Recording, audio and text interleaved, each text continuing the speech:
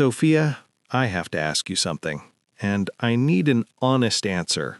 Okay, that sounds serious. What is it? Do you ever feel like your brain just won't stop? Like all the time, Mike. All the time. Like there are 100 things on your list. You finish one, and then 5 more appear. Yes, exactly that. And then you can't sleep because your brain is still going? I've been feeling like that all week. I am completely stressed out. Me too. Honestly, me too. Hey, welcome back to the Daily Dialogue. I'm Mike. And I'm Sophia, and today we are talking about stress. Real stress. The kind you feel in your body, in your head, every single day. And the reason we're talking about this today is because stress is something everybody feels, but a lot of people don't know how to talk about it in English.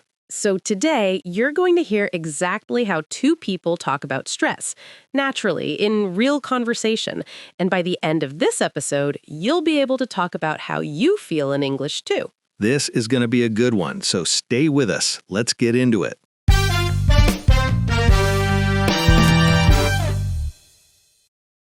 Okay, so Mike, you said you've been stressed all week. What's going on? Honestly, it's just a lot of things at the same time. Work has been really busy, I haven't been sleeping well, and I just feel, tired. Not just physically tired, but like tired in my mind. Oh, I know exactly what you mean. That's called feeling mentally exhausted. Yes, that's the perfect word, mentally exhausted. Like your brain is full and you just can't fit anything else in. I was like that last month. I had a really big project at work and I was also trying to plan a trip, and it all just happened at the same time. And what did you do? How did you deal with it? Honestly, the first few days, I just tried to ignore it. I told myself, I'm fine, but your body always tells you the truth, right? It really does. You can lie to yourself, but your body will say no, no, no. Exactly.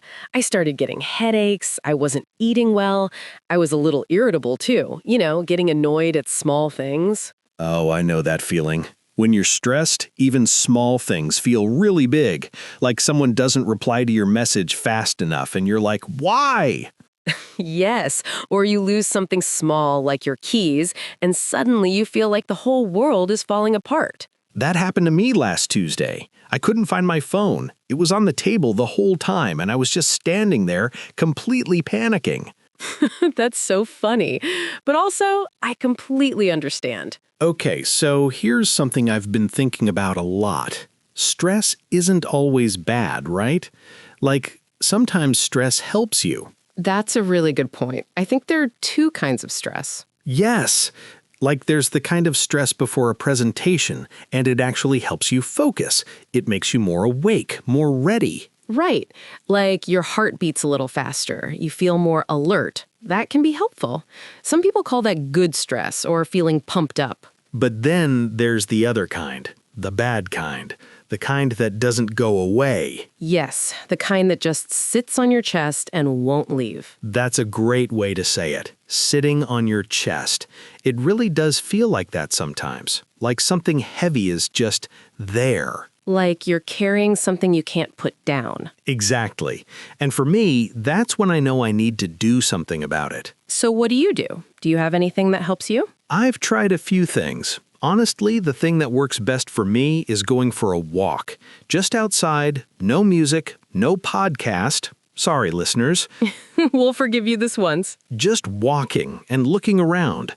It sounds so simple, but it really helps me clear my head. I think I know why that works. When you're walking, you're moving your body, and that helps release tension. Tension. Yes, that's another good word. Tension means tightness, like when your shoulders are up here. Right, next to your ears. Yes, when your shoulders are basically your earrings because you've been stressed for so long. That happens to me too, especially when I sit at my desk all day. By the end of the day, my neck and shoulders are so tight. Have you tried any stretches or anything like that? Yes, actually, I started doing a little bit of yoga in the morning, just 15 minutes, and honestly, it changed a lot for me. Really? I always think about trying yoga, but then I just don't. The hardest part is just starting. Once you start, it's actually really nice. And there are lots of free videos online, so there's no excuse. You're right. I think I also drink too much coffee when I'm stressed, which probably makes everything worse. Oh, that's so true. Coffee makes you more alert, but it can also make you more anxious. Yes, and I know that, but when I'm tired and stressed, coffee is the first thing I reach for. Because it feels like a solution in the moment. Exactly. It's a quick fix, but then a few hours later, I feel even worse. I read somewhere that when you're stressed, your body already has more energy chemicals inside, and then you add coffee on top of that. It's just too much. That makes so much sense. I feel that in my body. My heart is racing. I can't sit still. Yes, that's a sign your body is in what they call fight or flight mode. And in that mode, it's really hard to think clearly, right? So hard. Everything feels urgent. Everything feels like a big problem. I was in that mode this morning, actually. I had a really long to-do list, and I just sat there staring at it, not knowing where to start. What did you do? I closed my laptop, just for like 5 minutes. I made a cup of tea, not coffee this time, and I just sat quietly. That's actually a really smart thing to do. It helped me reset a little, and then I opened my laptop again and just picked the easiest thing on the list and started there. I do that too. Starting with one small thing gives you momentum, like a little push to keep going. And once you get that momentum going, the big list doesn't feel so scary anymore. Exactly. It's funny how stress makes everything feel impossible. But when you just take one small step, suddenly things feel a little more manageable. Manageable. I like that word. Like you can manage it. You can handle it. Right. Stress doesn't disappear completely, but you can manage it better. Okay, I want to ask you something more personal. What's the thing that stresses you out the most? Honestly, I think it's when I feel like I'm not doing enough. Oh, yeah, that one hits. Like, you finish your work for the day, and instead of feeling good, you think, but did I do enough? Was it good enough? That's a very specific kind of stress. It's connected to how you see yourself. Yes, it's different from being busy. You can be busy and feel okay, but when you doubt yourself, that's a deeper kind of stress. I feel that too sometimes, especially at work. Like I'll finish something and think, is this actually good? Or did I just think it was good? It's exhausting. It really is. I think that kind of stress is harder to fix than just being busy. Because being busy has a solution. You finish the work and it's done. But doubting yourself is in your head. You carry it everywhere. So how do you deal with that kind of stress? The self-doubt kind? I try to talk to someone, a friend, or sometimes just writing things down. Writing it down, like a journal? Kind of. Not even a proper journal. Sometimes I just open my phone notes and write down what I'm feeling, like I dump everything out of my head. That's a great idea. I've heard people call that a brain dump. Yes, a brain dump. Just getting everything out of your head and onto paper or a screen so your mind feels a little lighter. I think I should try that, because sometimes I lie in bed and my thoughts are just going in circles. Yes, 3 a.m. thoughts are the worst. The worst. At 3 a.m., a small problem becomes a giant catastrophe. And you think, why am I thinking about something I said 5 years ago? Right. Suddenly you're remembering an embarrassing moment from secondary school and you can't explain why. That's so relatable. Our brains are so strange. They really are. But okay, going back to the topic, I think one of the best things you can do for stress is to talk about it with a friend, with family, with anyone, really. Absolutely. Because when stress is just inside your head, it feels bigger. But when you say it out loud, it gets smaller somehow. That's so true. Just hearing yourself say the words helps. And sometimes the other person doesn't even need to give you advice. They just need to listen. Just knowing someone else knows what you're going through, that alone helps so much. There's an English phrase for that. Feeling heard. When someone listens to you and understands, you feel heard. Yes, and on the other side, being a good listener is also really important. Not interrupting, not jumping to solutions immediately, just listening first. That's harder than it sounds. It really is, especially when you care about the person.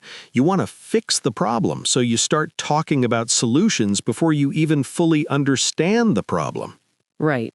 And sometimes the person just needs to vent. Exactly.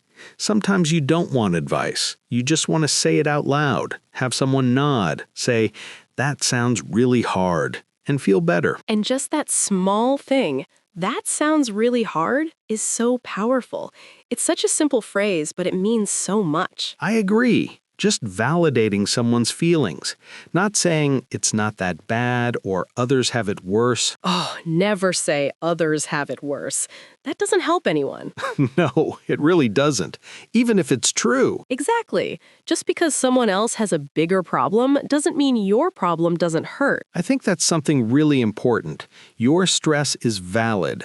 Whatever you're going through, it's real, and it matters. I think a lot of people need to hear that, especially people who feel like they can't talk about stress because they think they shouldn't be stressed. Like they feel guilty for being stressed. Yes, like, my life is fine, why am I stressed? I shouldn't feel this way. But stress doesn't care if your life is objectively good or not. Right. Your brain feels what it feels, and trying to ignore it or push it away usually makes it stronger. So the better approach is to acknowledge it. Say to yourself, "I am stressed right now." Just admitting it. Yes, naming the feeling actually helps.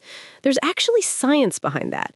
When you name your emotion, I feel anxious or I feel overwhelmed, it calms down the part of your brain that's panicking. That's incredible. Just saying, "I am overwhelmed" helps. It really does, because you're taking control of the feeling instead of the feeling controlling you. I love that. Taking control of the feeling.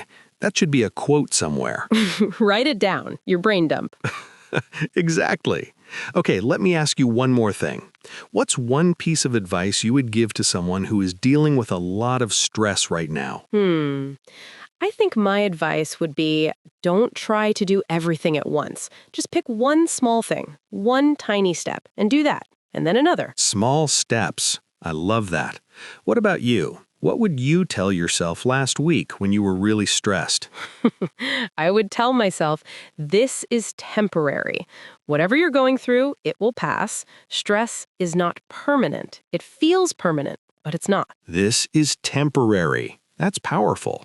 Sometimes you just need to remind yourself of that. Yes. And also, be kind to yourself. People are often so hard on themselves when they're stressed. Like, stress is already hard enough. You don't need to also beat yourself up about being stressed. That's such good advice, Sophia. Seriously. And I think that's what we hope you, the people watching right now, take from today's episode. Stress is normal. Talking about it is important, and you have the English words now to do that. And speaking of having the words, let's do a quick little recap of some of the words we talked about today. Yes. So we had mentally exhausted, tension, anxious, overwhelmed, fight or flight, self-doubt, brain dump, vent, and feeling heard. That's a really great set of words. If you can use even 3 of those in a conversation today, you're doing amazing. And honestly, all of these words are things you might say or hear in everyday English conversations, not just about stress. They come up all the time. Exactly. Like, "I feel overwhelmed." That's a phrase you'll hear people say all the time at work, at school, at home. Or I just need to vent. You'll hear that between friends constantly. These are real, everyday phrases, and now you know them. Okay, before we say goodbye, it's time for our question of the day. We love this part because we get to hear from you. So today's question is, and this is a good one, What is something that stresses you out right now? it can be something small or something big. Tell us in the comments below in English. Write it like you would say it to a friend. Use any of the words you learned today if you can. For example, you could write, I feel overwhelmed because I have a lot of exams this week. Or, I'm a little anxious about starting a new job. Or even just, I feel mentally exhausted and I need a break. Whatever it is, write it down. Writing in English is also great practice, and we read every comment. We really do. Every single one. All right, that is our episode for today, talking about stress in English. And wow, I feel like we covered a lot. We really did. And honestly, I feel a little better just from talking about it. Same. That's the power of a good conversation. Okay, so here's what we want you to do right now. Actually, 3 things. First, leave your answer to the question of the day in the comments. It takes 30 seconds and it really does help your English. Second, if this episode helped you even a little bit, please give it a like. It lets us know that you found it useful and it really helps this channel grow. And third, if you're not subscribed yet, please subscribe right now, because here's the thing. We post every single day. Every single day. New conversations, new vocabulary, new topics, real English. And the people who grow fastest in English are the ones who listen a little bit every day, not for hours. Even 10 or 15 minutes a day makes a huge difference. So subscribe and turn on the bell so you never miss an episode. Think of us as your daily English conversation practice.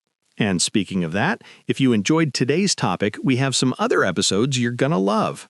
If you want to talk more about feelings and emotions in English, we have a great episode on talking about happiness and sadness. The vocabulary we use there pairs really well with what you learned today. And if you're someone who wants to sound more natural in everyday conversations, check out our episode on morning routines. It's full of simple, useful phrases you can actually use every day. We'll put the links on screen right now. Just click and keep watching. Your English is not going to improve by itself. But it will improve if you keep showing up, and we'll be here every day to help you do that. Thank you so much for spending this time with us today. It genuinely means a lot. Take care of yourselves, manage that stress, and we'll see you tomorrow. See you tomorrow. Bye. Bye.